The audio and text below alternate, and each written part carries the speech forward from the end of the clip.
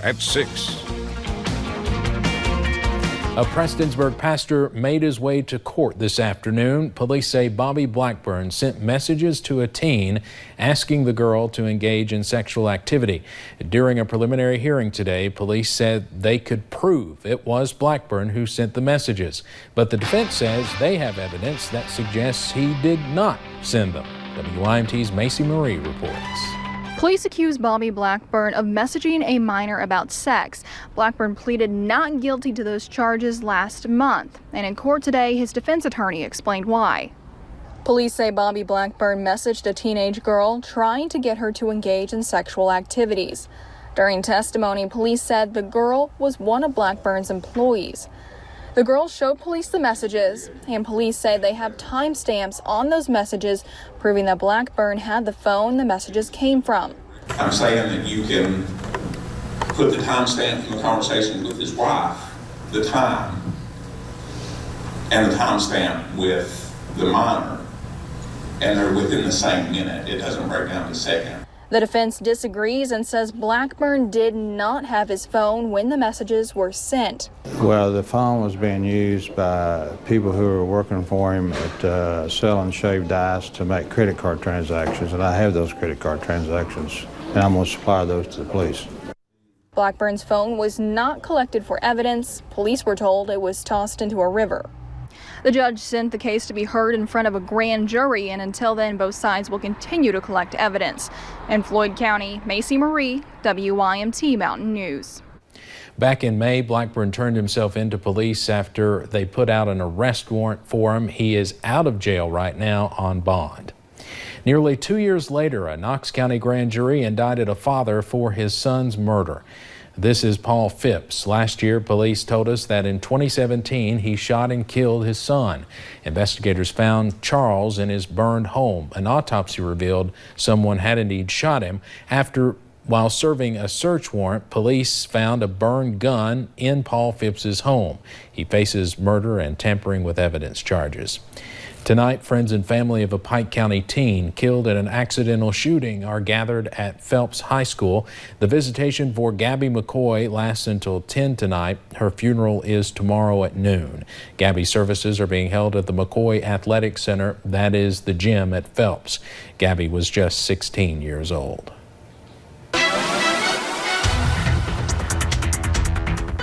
It's been another beautiful day here in the mountains, finally getting a break from those pop-up showers and storms this evening, but of course those return pretty quickly. Interstate 75 though, over into London, you're seeing a few clouds over there. Once again, just those drier conditions, calmer conditions for today, but definitely hot and humid out there. Looking over into the Mountain Parkway, over into parts of Powell County, you'll see once again just beautiful blue skies, few clouds here and there. Overall, like I said, it's a nice break from those rain chances. As we look at pinpoint Doppler, the only area dealing with that rain is over to parts of Louisville. Rest of us, all of Eastern Kentucky, Virginia, West Virginia, Tennessee, all been pretty dry for today. Good news is that continues as we head into the rest of the overnight hours. But it's those temperatures, mid to upper 80s, feeling pretty muggy out there, very hot, very humid.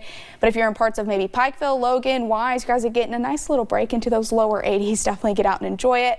But those dew points, once again, mid, upper 60s, lower 70s in some spots, getting very uncomfortable to that oppressive stage, feeling pretty sticky when you walk out the door. And as we look at the rest of the evening hours, break it down hour by hour, we'll see those mostly sunny skies turning into mostly clear skies as we head into the rest of those overnight hours. Temperatures only dropping into right around 70 degrees. Pretty warm night ahead, and even a warmer day as we head into your Tuesday. I'll have a look at that full forecast coming up in just a few short minutes. Steve. All right, thank you. A fire starts at a Corbin church again. This time, the abandoned building on Moore Hill Avenue is destroyed. Investigators are still working to figure out how the fire started, but people in the community are sad to see the building go. Garrett Weimer is in Corbin. Other than ash and scraps, not much is left now of an old church building that stood here at the corner of Moore Hill and Kennedy for decades. There ain't no sense in taking it out on a church, burning God's house up. It's not right. A state police arson investigator is looking into what started the fire. Neighbors are convinced someone set it. It's not the first time the empty building has caught fire, but this one was too close to home, literally, for Carol Landrum and her family right next door. It looked like it was all engulfed in flame, and it was blazing and a lot of smoke. Landrum says her son in his room could feel the heat from the flames. The building burned to the ground and continued to smolder and burn throughout the day. Several folks have driven by here, pulled over, stopped to see what's left. One man told me he went to church here as a kid. They say it's sad to see it like this. Whether looking back or looking forward, folks in the area here say it's a shame.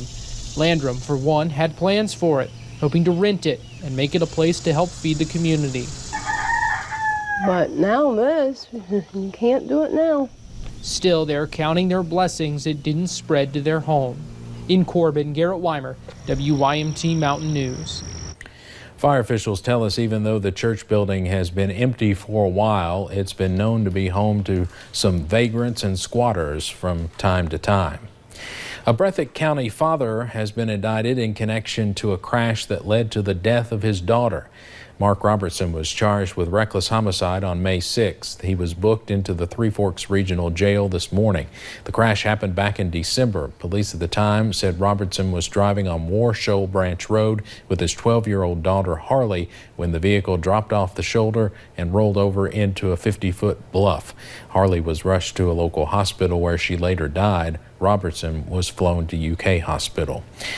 2 children and 2 adults were flown out following a crash this morning in Bell County. State troopers say 2 cars slammed into one another at the intersection of US 25E and Kentucky 188 south of Pineville.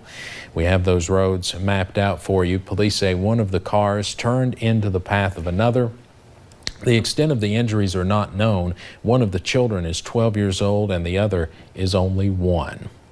A Whitley County man will be back in court next Monday. 40-year-old Michael Worley is charged with murdering his aunt, 58-year-old Wanda Richardson. Worley's preliminary hearing was pushed to next week. Police say Worley and Richardson were seen arguing last week. They say Richardson was later found dead outside her home on Better West Road. Police say she was beaten to death. Investigators think Worley was under the influence at the time of his aunt's death. A firefighter in Estill County is accused of stealing thousands of dollars. Christopher Chad Neal was arrested today for theft. He worked at the Irvin Fire Department. City officials say he's been suspended. Nick Oliver is in Estill County following that investigation. We know that firefighter Christopher Neal has been suspended by the city of Irvin. Now, we have also learned his crimes have dated back to 2017. One of his latest charges includes threatening somebody with a gun. In late December of 2017 to early January of 2018, a warrant says the firefighter sold emergency lights intended for vehicles owned by the city. And that was only the first illegal activity he took part in. Court documents show in January of this year, he drove to Maryland to buy a vehicle he claimed was an emergency vehicle for the city of Irvin. When he got back, instead of putting the title in the city's name, he put it in his and started using it as his personal vehicle. That went on for a month. When somebody found out about what was going on, documents show Neal took a gun and held it up to the victim's face, threatening their life if they were to tell anyone. According to warrants, Neal was arrested on Saturday. He faces charges of wanton endangerment, terroristic threatening, theft by unlawful taking, and theft by deception. Nobody with the city of Irvin decided to speak with us on camera today. Instead, they left us with a statement. In part, it reads, "The employee in question has been suspended from all duties in the city while an investigation is being conducted. We will be transparent with the community as much as the law allows." In Irvin, Nick Oliver, WYMT Mountain News. Neal is charged with wanton endangerment, terroristic threatening, official misconduct, theft by unlawful taking, and theft by deception. Well, the 4th of July, just 3 days away now, but the festivities have already begun. With people buying and setting off fireworks, many do not realize how this can affect animals. WYMT's Lauren McCoy is in the newsroom with more. Lauren? Steve, if you're like me and enjoy taking your dog places to show them off, 4th of July fireworks shows are probably not the best place to do that. Many veterinarians say that it can be really dangerous to bring your animals around fireworks, not just because they could possibly get a hold of one in their mouth, but it can give them major anxiety. Most pets don't enjoy loud, offensive noises, dogs especially, cats also. So it's important if you have indoor pets, they don't enjoy going out to see the fireworks. You want to keep them inside to secluded areas. Dr. Ayers also says if you have outdoor animals, the best possible way to keep them safe is to put them in your garage or barn. Steve? Lauren, thank you very much. Well, we'll likely pay a little more to fill our gas tanks this holiday weekend. AAA estimates 49 million people will be on the roads. That's about 4% more than last year.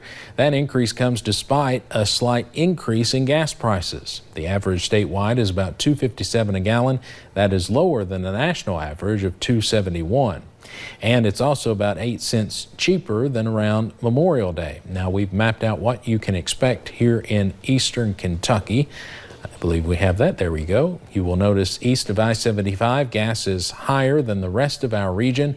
You will find the lowest average in the state in Bell County, where gas is about $2.30 a gallon.